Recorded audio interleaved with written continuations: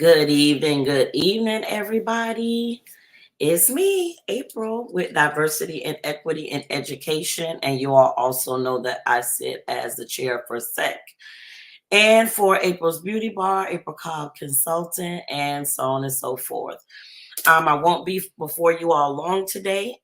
Just want to jump on and stay in consistency for our scheduling program every month. So, as you all know, we've been on spring break in Hillsborough County for the past week, and it is time for us to go back. So many of us teachers want to show up like this.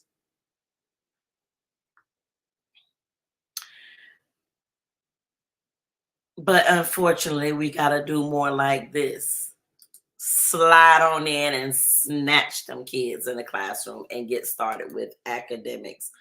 I will say to parents, if you have not had an opportunity, like Denise always says, check the book bags, check them tonight if you have not done all spring break, and go ahead and take a moment to wash, whatever you want to say, those items that's in the backpack that have been marinated now for over a week. They've had no opportunity to get any air on the inside because they've been closed and thrown in a corner somewhere, I'm sure, for the entire week. Again, please, ma'am, please, sirs, go ahead and address the book bag issue now. Go find it, have them look for it now. And to go along with that, it would be very important if you take the time to go in the book bag to see what's there. I'm pretty sure there were some opportunities where children were given work to make up over the break.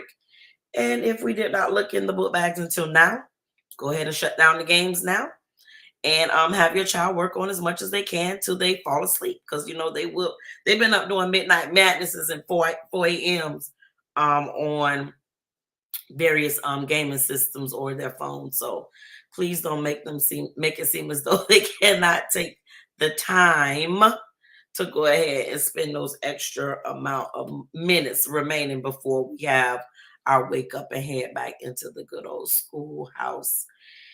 And those supplies that are needed for their academic studies: pencils, pens, paper, folders, everything that they need to show up on tomorrow and be successful.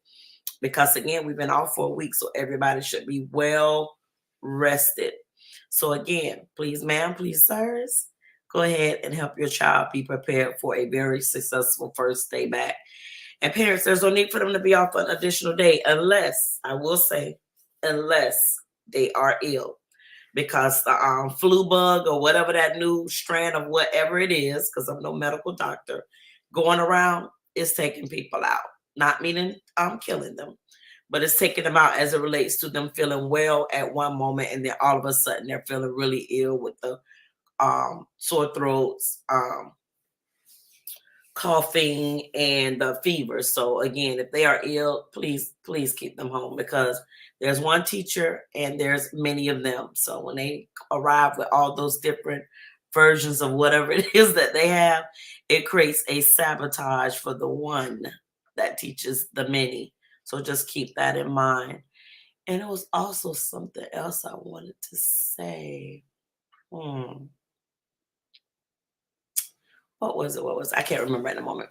But make sure that any materials that they need, they're arriving with it, prepared.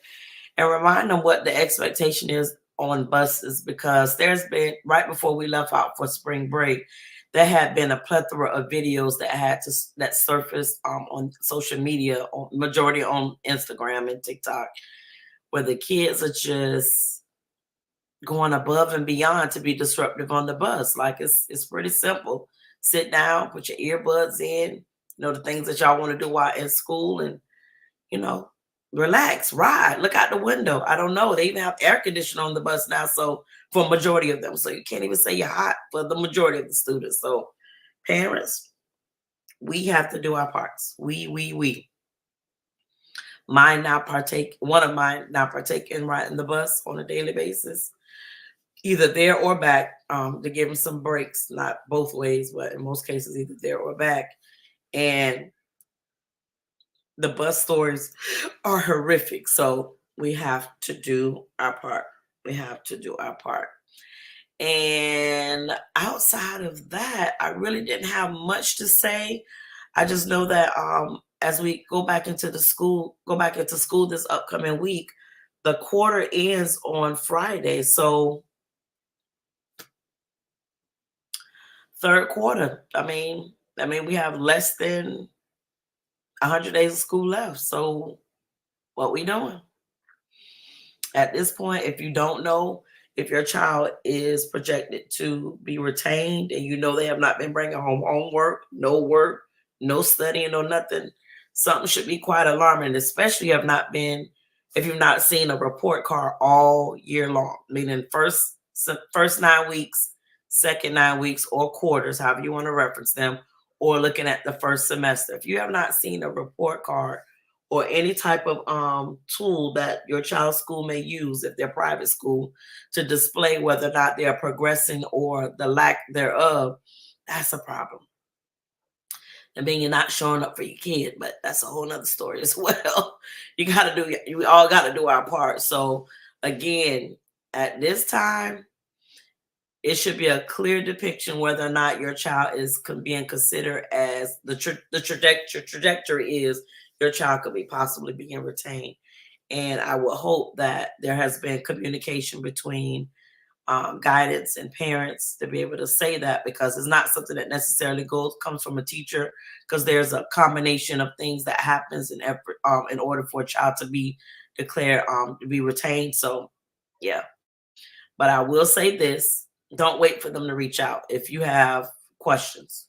All guidance counselors have a phone number, and at this point, email is probably the best tool to use in efforts to get a response and CC the principals. That's all I know to tell you. That seems to get some type of response sooner than later. But I will go on to say that I'm going to get off of here. We collectively all have a responsibility for these children and their education, whether it's a direct correlation to with them or indirect.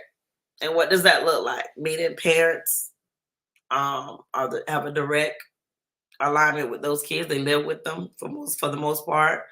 And then that next layer of family, maybe older brother, older sister, if they live in the household. Then you got aunts, uncles, some grandmas, and grandpas are able to help. But we all collectively have a responsibility. Now, the indirect community, we have a responsibility. Our youth need us. Our youth need us in more ways than you all can imagine. And what does that look like for you all as it relates to being standing up for the children that's in your community or collectively as a whole? You're voting. Vote for individuals that's going to do right by all children, not a select community of children. Vote for individuals that's going to have voice or bring voice around conversations where they know there's disproportionate level of suspension that's happening for Black and brown children in Hillsborough County. And matter of fact, I don't even want to say Hillsborough County. I would say nationwide. It's just happening. And there's a whole scenario that's going over in Polk County, if I'm not mistaken, and where there is some legal ramifications that just occurred due to Department of Juvenile Justice indicated that there is a problem with the way that they are suspending and Baker acting and you name it as it relates to children with disabilities. So I say all that to say this. It may not be your child that's directly being impacted this time. This time. And if you want to be able to have individuals support you when your child times come, when you need support, do what's best now. Vote for individuals that definitely have an interest in all children, and those that's willing to have a voice or bring voice to matters that they know are not right when it comes to children of color, because it didn't just go away. It doesn't just disappear because we're not talking about it. So that's realistically all I had. I just wanted to come on and be consistent because a lot of times, health will make you say you can't do it. But as long as I can limp onto this seat and limp my way back to the bed. I should be good. But you all have a fantabulous week. Encourage your children to go in tomorrow with a positive attitude. Make sure they get some rest. We know a lot of us going to be a little bit droggy tomorrow off our normal bedtime schedules, but it's up to us to make sure that our children are successful and we're supporting them in all capacities outside of, you know, things that they genuinely like, the sports.